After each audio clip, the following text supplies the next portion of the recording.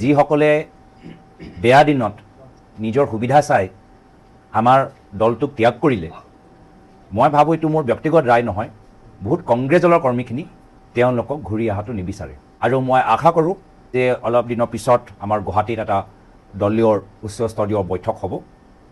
আমি এটা গাইডলাইন আমি এটা তাত নিৰ্ধাৰিত কৰোঁ, য'ত আমাৰ কৰ্মীসকলৰ ৰায় ওপৰত এনেধৰণৰ সিদ্ধান্তবোৰ নিৰ্ভৰ হ'ব লাগে।